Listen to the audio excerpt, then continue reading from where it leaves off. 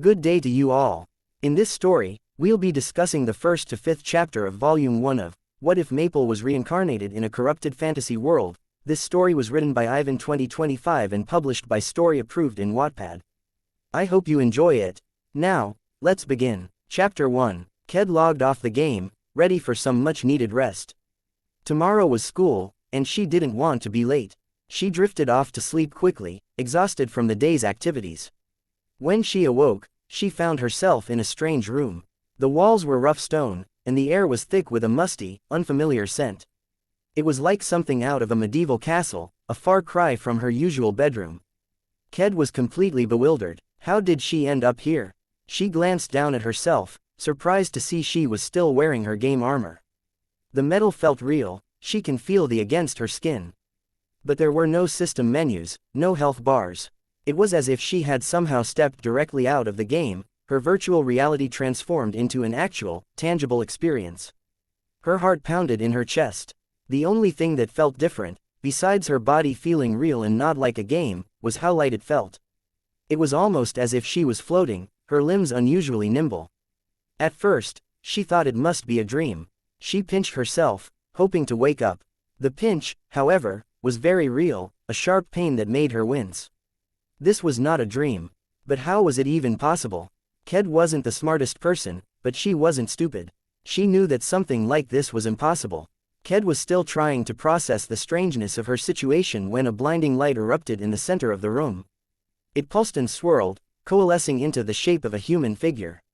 "Hello there, Ked Hanjo," the figure said in a calm, soothing tone, his voice echoing through the room.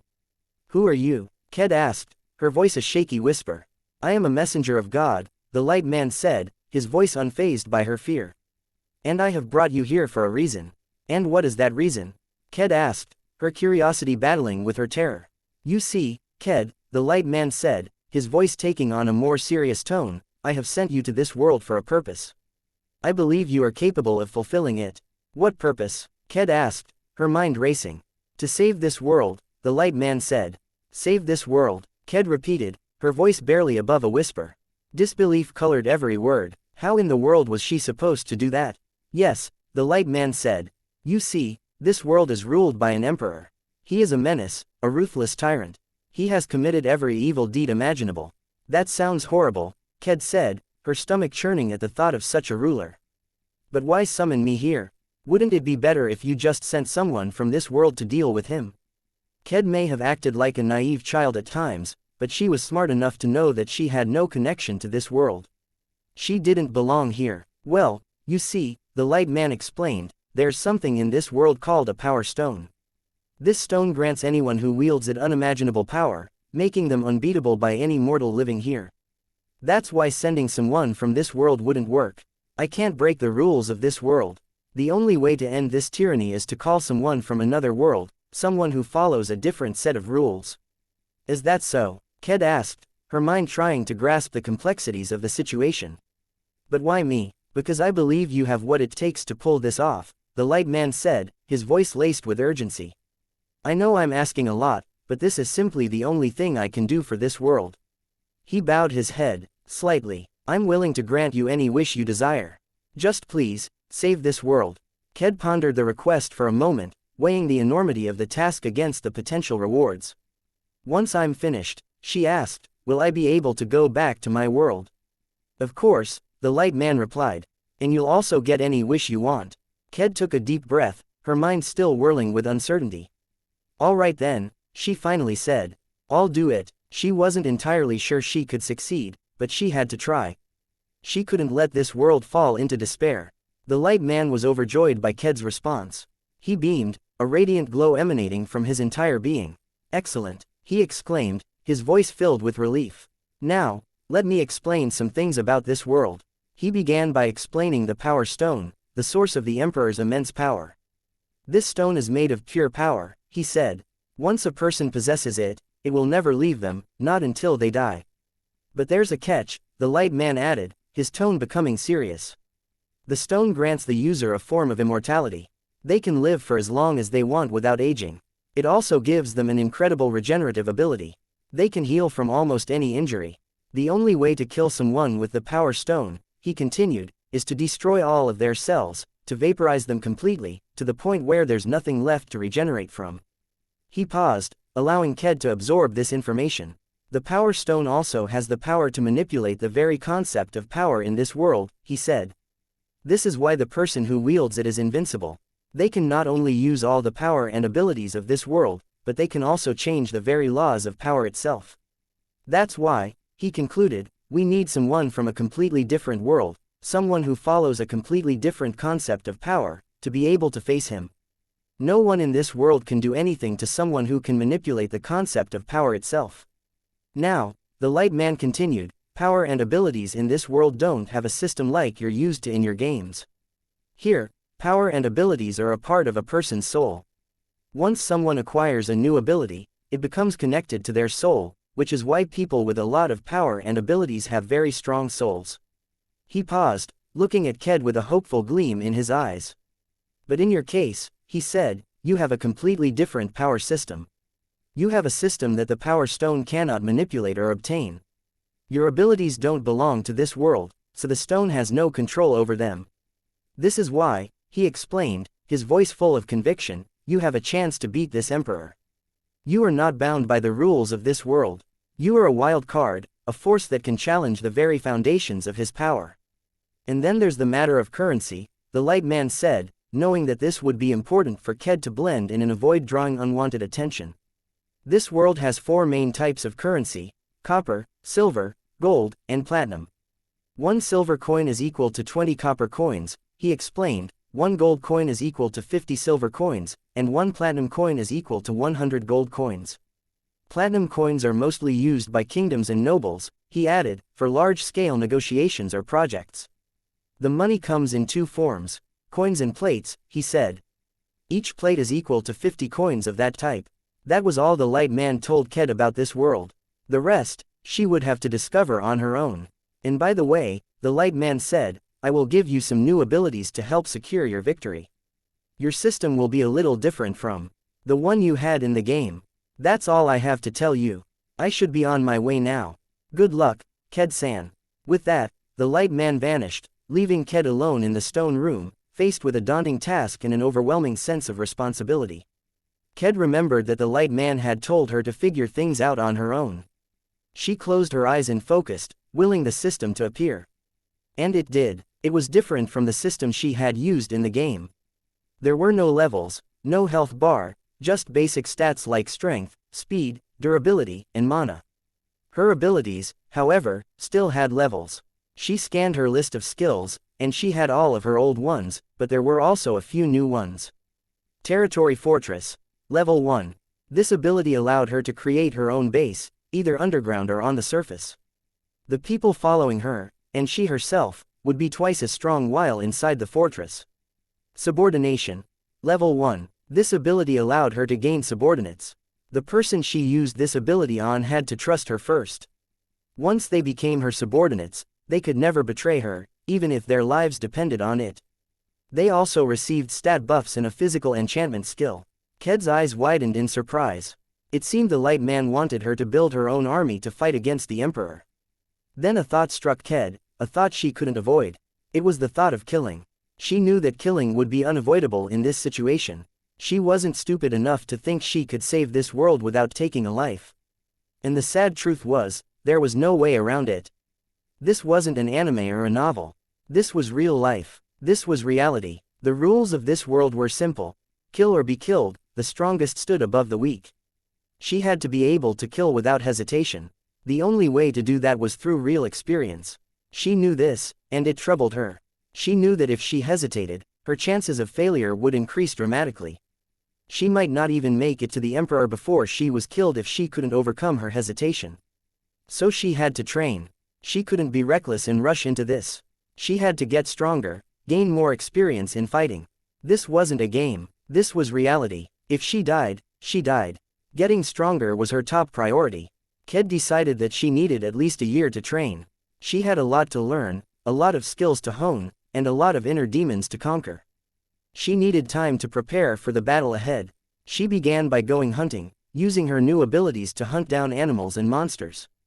It was her only source of food, and it gave her some experience in killing, though it wasn't the same as killing humans. Still, it was a start. She had to learn to take a life without hesitation, to see it as a necessary act of survival. The more she hunted, the more accustomed she became to the act of killing. She realized that her hesitation stemmed from an emotional attachment to life. But this was a different world, a world where life was cheap and death was a constant threat. She had to adapt, to become a predator, not prey. Over time, she was able to kill any creature with no hesitation. She had mastered the art of hunting. But she knew that killing humans was still different. It was a different kind of pain, a different kind of loss. But she had to be prepared for that as well. As she hunted, Ked grew stronger. The power of the monsters she ate, their essence, infused her own body, strengthening her immune system, enhancing her resistance to disease and toxins. She began to feel a change in herself, a subtle shift in her very being. She felt more powerful, more resilient, more in tune with the natural world. She was becoming something more than she had ever been before. But the path to power was long and arduous. She had much further to go before she could truly face the Emperor, before she could truly save this world. Chapter 2. A year had almost passed. After a year of relentless training, Ked was ready to take the next step. She decided to go out and find some subordinates to follow her in this battle. She had the subordination skill, so she might as well use it. If she had an army of her own, her chances of winning against the Emperor would increase, even if just a little. A small army, even a ragtag group of people, would help her navigate this world and build up her strength. They wouldn't necessarily be her equals in terms of combat strength, but they could help her in other ways. They could scout, gather information, or even just provide moral support. Ked knew that building a strong army would take time and effort. But it was a necessary step in her journey to overthrow the Emperor. She had to make sure she had the right people by her side, people she could trust and who shared her goal of freeing this world from tyranny. She wasn't naive enough to think that everyone would be willing to join her cause.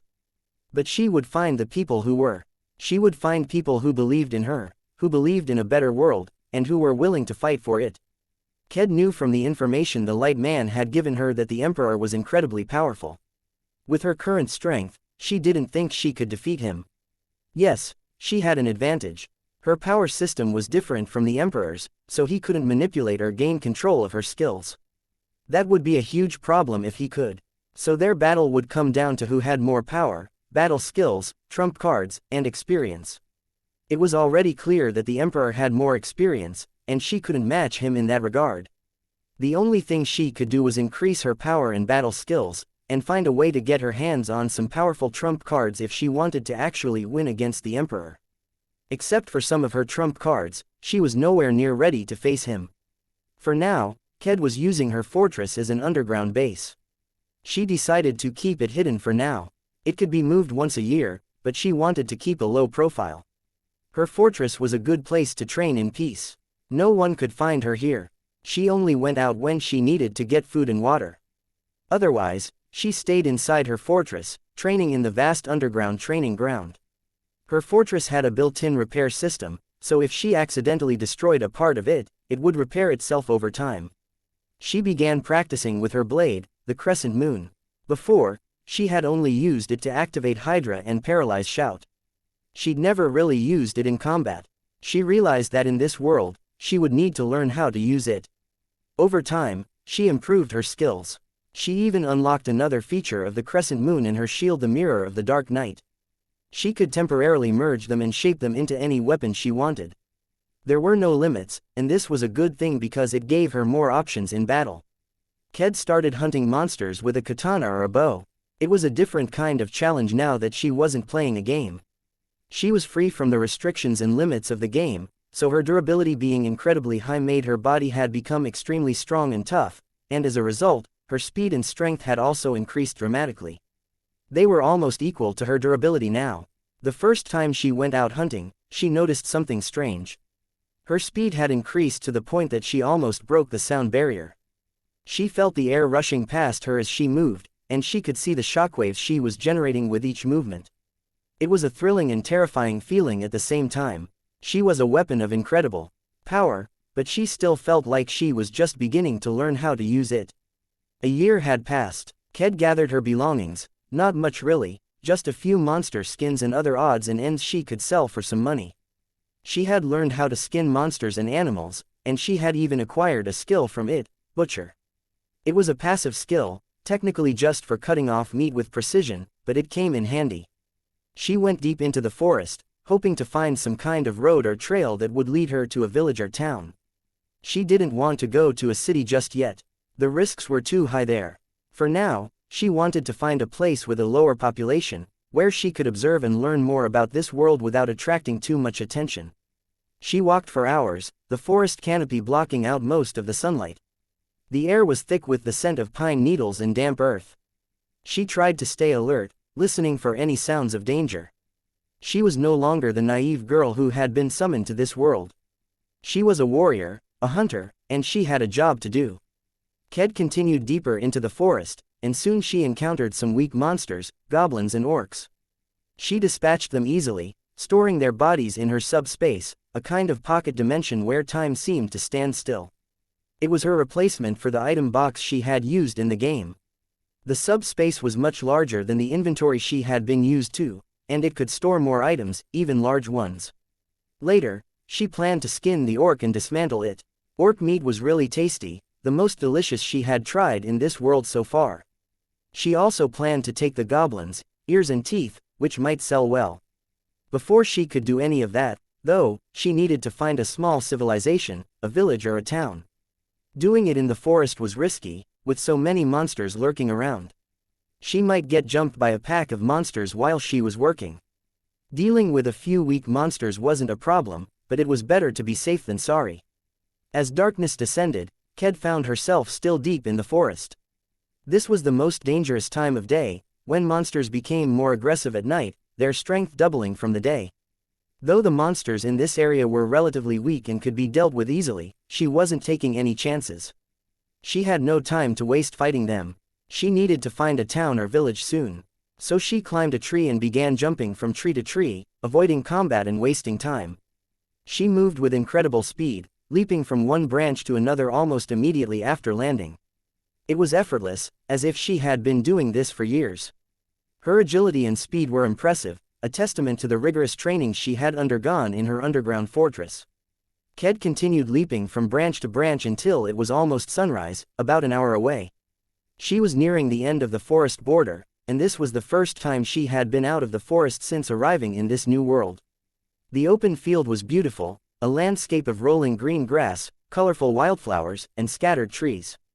It was a stark contrast to the dense, shadowy forest she had been traversing for the past year. But it was a beauty tainted by sadness. This land, as beautiful as it was still ruled by the Emperor. And sooner or later, this beautiful landscape would likely disappear under his own hands.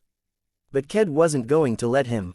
Not in a lifetime. She was going to stop him, free this world from his terror, and then go back home to her own world. It was a daunting task, but she was determined to see it through. She had come too far to give up now.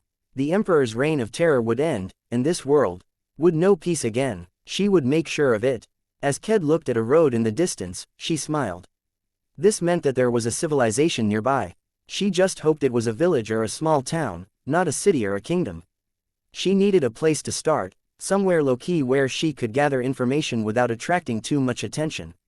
She approached the road and stood at the crossroads, debating which way to go. Should she go to the right or the left?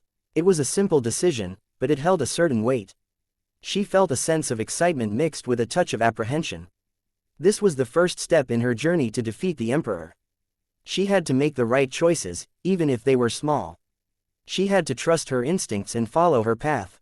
Ked chose the left side of the road and began walking. She tried to appear casual, but her senses were on high alert. She had been walking for about an hour when she felt it. A presence, a faint echo of something following her. During her training, Ked had learned to sense the presence of living beings and even feel the strength and intentions of opponents. It was a vital skill, allowing her to be always on guard and anticipate danger. The presence she was sensing now had a distinctly hostile air about it, and there were several of them. The strongest among them could probably put up a fight against her in her base form, but they were still relatively weak. Even though they were weaker than her, she was still impressed. It had taken her a while to sense some of them. During her training, She had become so attuned to her surroundings that she could sense even a bug several meters away from her. To be able to hide from her senses for so long meant they were extremely skilled at what they did.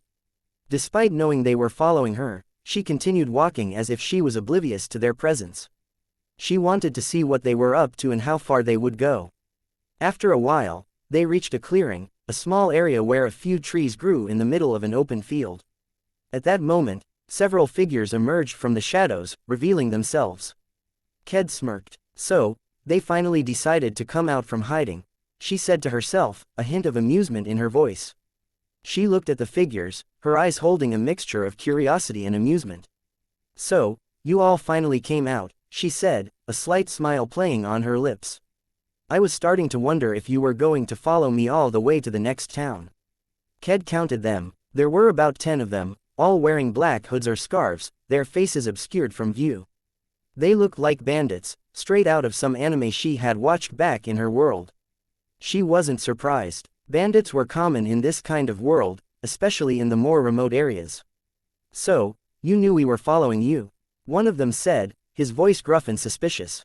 Ked chuckled lightly. Well, yeah, the moment I stepped out of the forest, you guys were already following me, she said, her tone matter of fact. The bandits exchanged surprised glances. With their hiding skills, even knights should have taken a while to sense their presence. But this girl had noticed them almost immediately. It was unnerving. Ked wasn't lying. She had taken a while to sense at least 3 of them, but the rest she had managed to sense the moment she stepped out of the forest. So, now, she said, her voice turning serious. She grabbed the hilt of her crescent moon blade, ready to unleash it. She took off her shield, the mirror of the Dark Knight, and took a defensive stance. Should we start this? Don't get cocky, brat, one of the bandits said, his voice laced with anger. Just because you could sense us earlier doesn't mean you're beating us. He charged towards Ked, his sword raised high. Ked easily blocked his sword with her shield. She unsheathed her crescent moon blade and with a swift slice, she severed the man's head clean off. It was her first human kill. She looked at her hands, a strange mixture of emotions flooding through her. She hadn't hesitated to kill this human. Maybe all that practice killing monsters had paid off in some sense. She still felt a little off about killing a human, but she knew she had to do it. She glanced at the remaining 9 bandits, her expression grim. It seemed she had a lot more to do. Chapter 3. Ked looked at the remaining 9 bandits, her expression serious. She was still feeling a little off about killing a human for the first time, but she knew she couldn't show weakness now. She had to maintain her composure. The bandits, of course, were not happy about their companion being killed. They all took a battle stance, ready to fight. You damn brat, you'll pay for that. One of them shouted, his voice filled with anger. Don't think that you can win against all of us combined just because you killed one of us. Another one yelled, clearly pissed off. They all charged towards Ked, swords glinting in the sunlight. They were a formidable group, and they clearly believed they could take her down. But Ked was ready for them. She had been training for this moment for a year, and she wasn't going to let them intimidate her. Ked stood ready, her crescent moon blade gleaming in the sunlight. She held her shield, the mirror of the Dark Knight, in front of her, ready to deflect any attacks. She waited for the bandits to make the first move. Several bandits charged forward, their swords flashing in the air. Ked blocked one with her shield and then jumped back to avoid another attack. With a powerful swing, she slammed her shield against a third bandit, sending him crashing into a nearby tree. The force of the impact was so strong that it shattered the tree, killing the bandit instantly.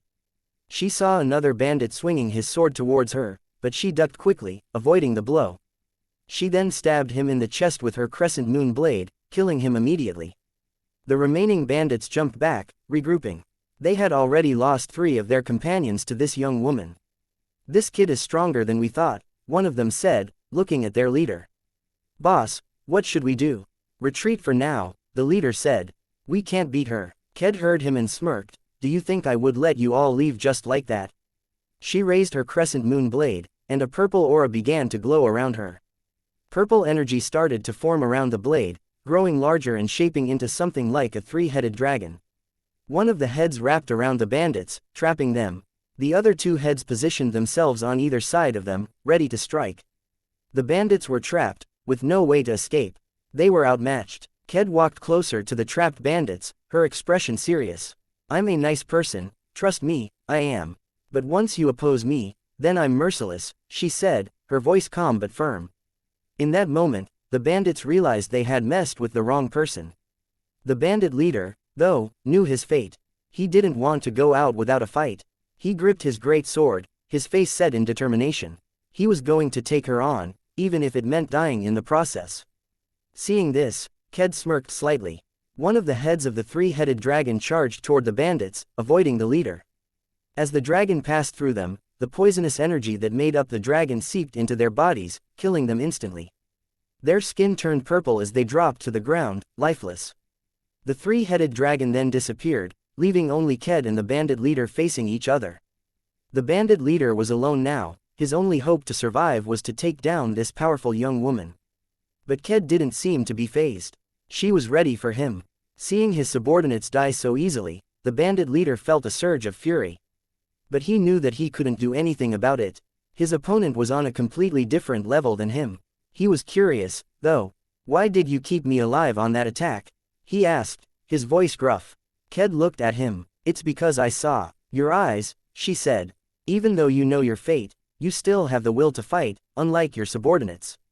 And as a sign of respect, she added, her crescent moon blade and mirror of the dark night starting to glow brightly and merge. A katana formed in her hand. I shall fight you head-on in a sword fight. The bandit leader gripped his great sword tighter. He released his aura, a sign that he was ready to fight. You're an honorable person, I see, he said. Well then, I accept. It wasn't like he could escape anyway. The only option he had was to fight. It was better to die fighting than to die like a coward, trying to run away to an unavoidable death. Ked did the same, releasing her aura as she held her katana ready. Then you will die fighting to the very end, she said, like a true warrior would. A silent agreement was made between them. There would be no tricks, no underhanded tactics. Just two warriors facing each other, locked in a fight to the death. The bandit leader charged forward with incredible speed, activating his body enchantment magic. He was a blur of motion, his great sword flashing in the air as he aimed for Ked's heart. Ked, seeing his attack, blocked his sword with a swift move. The clash of steel echoed through the clearing, a symphony of blades and a testament to their skill. An intense sword fight had begun. It was no understatement to say that the bandit leader was skilled with the sword. He was more skilled and experienced than Ked, but she still had the upper hand in terms of physical strength, speed, and reaction time. The fight was almost an equal match, a clash between raw power and battle skills. They exchanged blows at an incredible speed. In a minute, they had already exchanged hundreds of clashes, their movements so fast they were just a blur.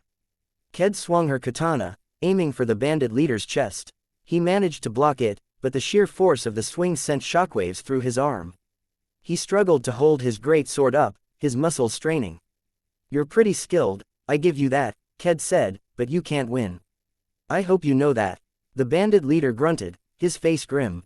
I know that pretty well, he said, but I won't go down without landing a single hit, even just once. He jumped back, regaining his balance, and then charged forward again. He swung his great sword, aiming for Ked's head. Good luck with that, Ked said, a hint of amusement in her voice. She invaded his swing by sliding to the side, avoiding the blow with ease. She then swung her katana sideways, a blur of motion. The bandit leader barely managed to dodge it, his sword screeching against the air as he twisted his body out of the way. He knew he was outmatched, but he was determined to land at least one hit, to prove that he wasn't just a helpless victim. The bandit leader gritted his teeth and poured his mana into his great sword. A bright light erupted from the blade as he channeled his magic. It wasn't just a simple spell, he was also using his body enchantment magic. Both techniques, when used together, would temporarily increase someone's physical attributes. He surged forward, his speed and strength amplified, his sword aimed straight at Ked. Ked saw his attack and smiled slightly. It was about time the bandit leader showed his true strength. As a sign of respect, she infused her own mana into her katana. The blade hummed with energy as she prepared to meet his attack. The two blades collided with a resounding clang. So, you do have something up your sleeve, Ked said, her voice laced with amusement. I was starting to think that was all you could do. Being able to use two spells at the same time is worth some attention. In this world, it took an immense amount of concentration and mana to use two spells at the same time. Your will and body had to be strong enough to withstand the strain. Ked had learned this from studying ancient scrolls and grimoires in the library of her fortress. This bandit leader was clearly a seasoned warrior. She was impressed. Ked moved to the side, gracefully dodging the bandit leader's attack. She raised her katana high, and a huge burst of energy erupted from the blade, illuminating the clearing with a brilliant light. I hope you're ready to take this on, Ked said, her voice calm and steady. She charged forward, swinging her katana in a powerful arc. The bandit leader braced himself, ready for the impact. He poured all his remaining mana into his great sword, which glowed with an intense aura.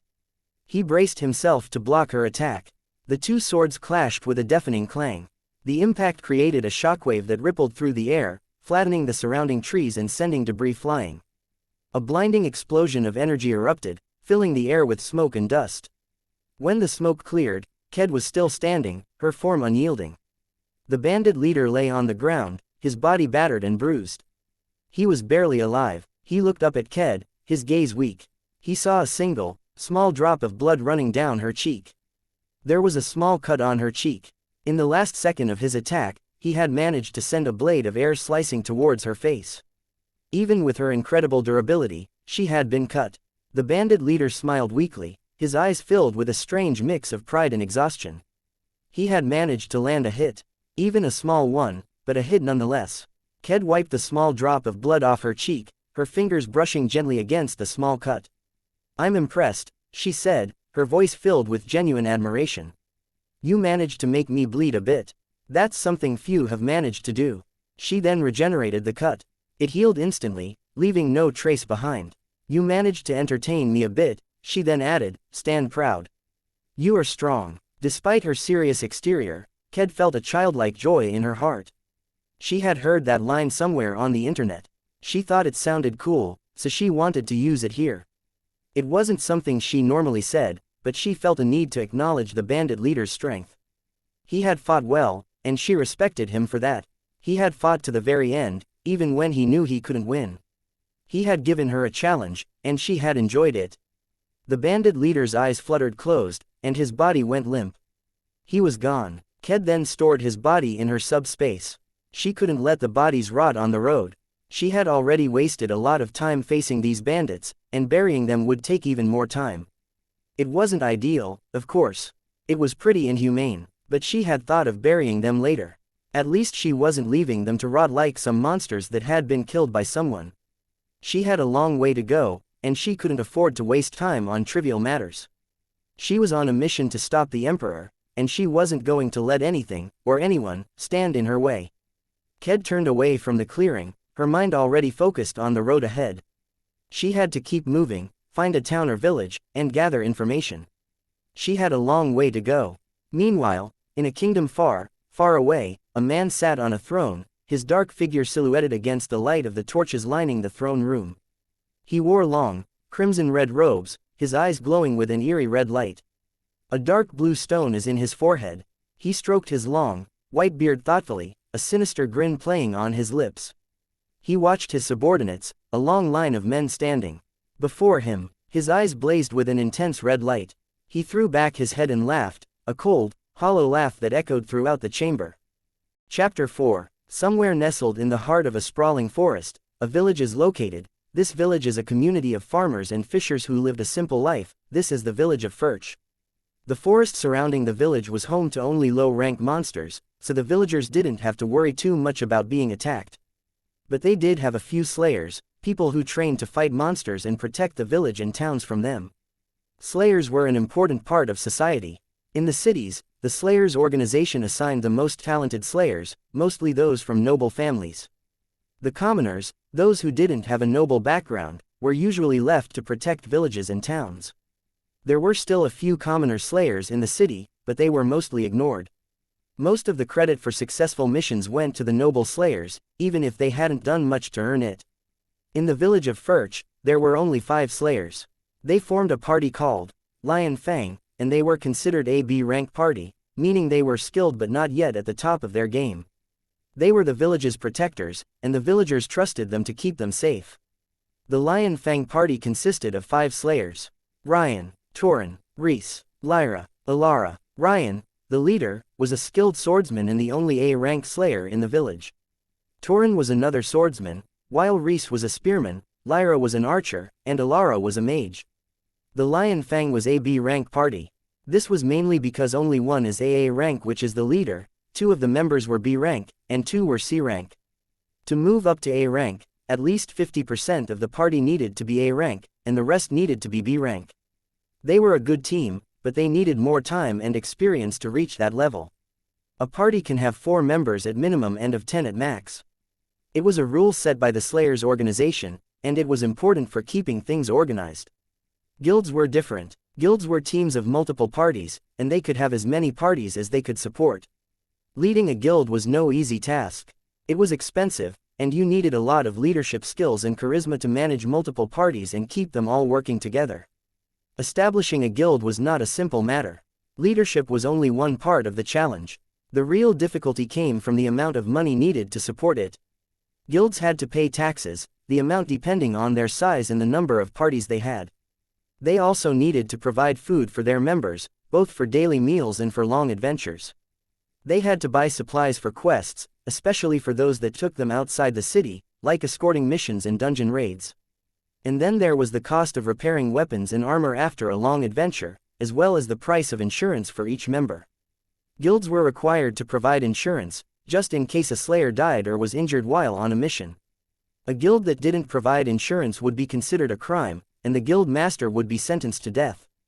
Those were just some of the basic expenses. Before establishing a guild, you also needed a huge base, a building to house your members and all of your gear. Then there was the paperwork. Getting the proper paperwork to set up a guild was a long, complicated process. It was also expensive. There was a lot to consider, and it wasn't something you could do on a whim. The Lion Fang party walked through the forest, keeping a watchful eye on their surroundings. They were patrolling the area, making sure the monster population was under control. Some monsters, like goblins, reproduced incredibly fast, and they needed to be kept in check. Goblins, though weak individually and not very smart, could quickly overrun an area, and even an entire kingdom, if their numbers were not controlled. Ryan, the party leader, swung his sword with a swift, practiced motion. The blade sliced through the air, cleaving the head of a goblin in 2. The rest of the party watched, their movements casual. They didn't need to help. A small group of goblins like this was no challenge to them. Even the weakest member of the party, a C-rank slayer, could take on 10 goblins at once and win easily. Even F-rank slayers, the lowest rank, could fight off 2 or 3 goblins at the same time. Some, depending on their skill, could even fight 4 at once, though they might not win. But the Lion Fang party, with their mix of experienced A-rank and B-rank slayers, had nothing to worry about. Their task was simple: keep the monsters in check, and ensure that the village of Furch remained safe. Torin pulled out a small, gleaming dagger. He carefully sliced off the right ears of the dead goblins and placed them in a small, magically sealed bag. He would deliver the ears to the Slayer's satellite base later.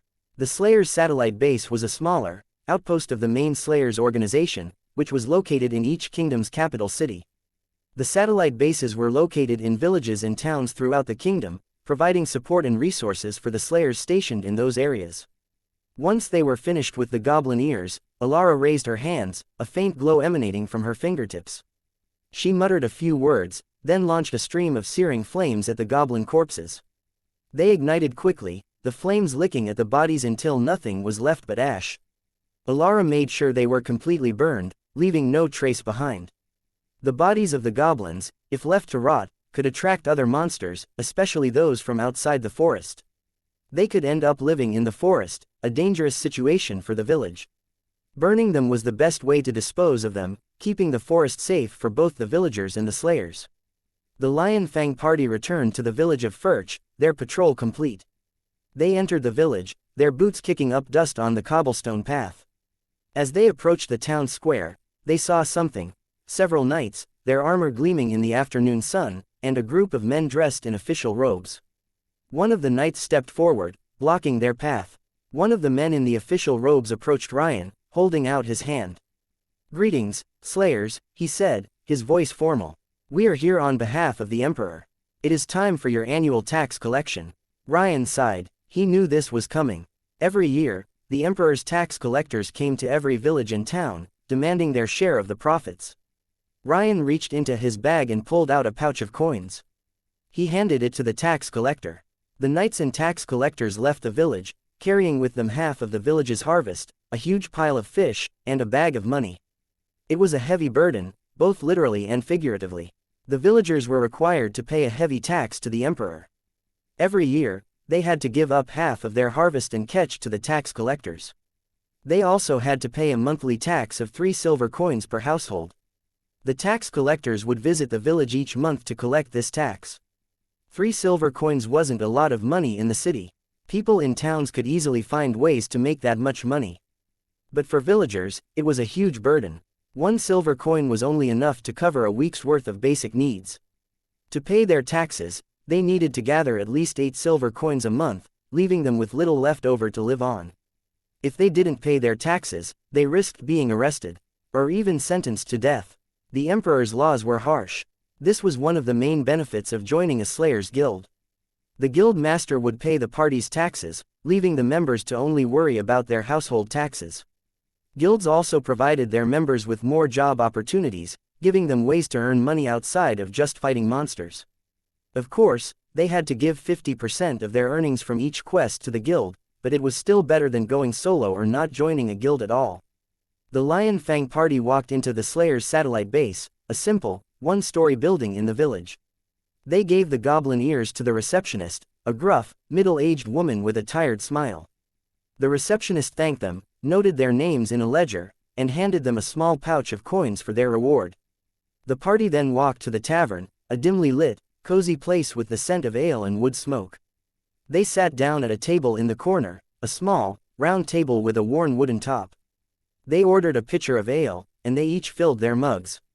Lyra took a long drink, the beer frothing at the rim of the mug. "Ugh, I really hate the Empire," she said, her face contorted in annoyance. "Those taxes are just unreasonable. They take so much from us, and for what?" "I agree," said Ryan, taking a sip from his mug. "But what can we do? The Empire is just too strong. Their army is powerful, and their emperor is a ruthless leader. It's not like we can stand up to them." "Yeah," said Torin, nodding in agreement. "Ryan's right. There's a reason why the Empire is the strongest nation. Commoners like us should just keep quiet." "I know that," Lyra said, rolling her eyes. "I'm not stupid, you know. But it's still annoying. The Empire just takes, and they never give anything back." "Yup," said Ryan, Reese, Alara, and Torin, all 4 speaking at the same time, with no hesitation. They knew she was right. It was frustrating, but there wasn't much they could do. They were just a small party of slayers in a small village. The Empire was a powerful force, and they were powerless to stop it. The Lion Fang party continued their meal and drinks, enjoying each other's company and relaxing after a long day of patrolling. The conversation shifted to lighter topics, stories of past quests and amusing encounters with monsters. Meanwhile, outside the forest, a short teenage girl with a great shield strapped to her back and a short sword at her hip, walked along a dirt path. She wore a cloak made of wolf fur, the thick fur lining the hood. Beneath the cloak, she wore a set of red and black armor, its edges catching the moonlight as she moved. She saw smoke rising from the forest in the distance, a sign that there was a village nearby. She smiled, a small smirk playing on her lips. Finally, a village, she said to herself. Chapter 5. Ked had been traveling for 3 days now, and the journey had been uneventful. She had encountered a band of bandits a few days ago, but otherwise, her journey had been quiet. She hadn't seen any sign of civilization, and the weather had grown colder with each passing hour. The temperature was beginning to drop, so she pulled out a hooded cloak made of wolf fur and skin from her subspace.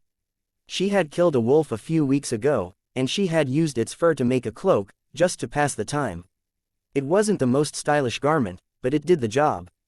Her supplies were still plentiful, which was good. She had eaten a few monsters on her journey, but she had avoided the ones that didn't taste good. Ked had the unusual ability to eat almost any monster, even the ones that were poisonous or harmful to humans. Her body had developed a resistance to most toxins and harmful substances. The more she ate, the stronger her resistance became, and she even gained some skills, though most of those skills were useless in battle. She usually didn't eat the same kind of monster twice, once she gained all the resistance and skills she needed from that particular monster. But there were a few exceptions. She loved to eat orc and rockbird, and she couldn't resist them whenever she had the opportunity. They were both incredibly tasty. Ked pulled her cloak tighter around her, the chill of the forest air seeping through the fur. Her supplies were still plentiful, enough to last for at least a week, but she knew she couldn't rely on them forever. She needed to find civilization soon, or at least find some tasty monsters to eat. She had been traveling for days. But then she saw smoke rising from the forest in the distance, a sign that there was a village nearby. She smiled, a small smirk playing on her lips. Finally, a village, she said to herself. Ked walked through the village, the cobblestone path leading her towards the heart of the small community. The air was filled with the scent of wood smoke and fresh bread, a comforting smell that signaled the presence of warmth and civilization. As she walked, she saw several girls, their faces alight with youthful energy, sweeping the cobblestones and cleaning the streets.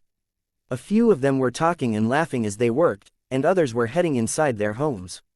She saw some of the girls heading to a tavern, a small, wooden building with a sign hanging over the door that read, "The Rusty Mug." Ked, a young woman of 18, was small in stature, her height barely reaching the shoulders of most adults. She walked into the tavern, drawn by the sound of laughter and chatter. Inside, she saw several people, some looking like they were around her age, others younger. Her eyes fell on one girl in particular, a young woman with a staff leaning against her side. The girl had eyes sparkled with intelligence. She seemed to be in the midst of a lively conversation with a group of her friends.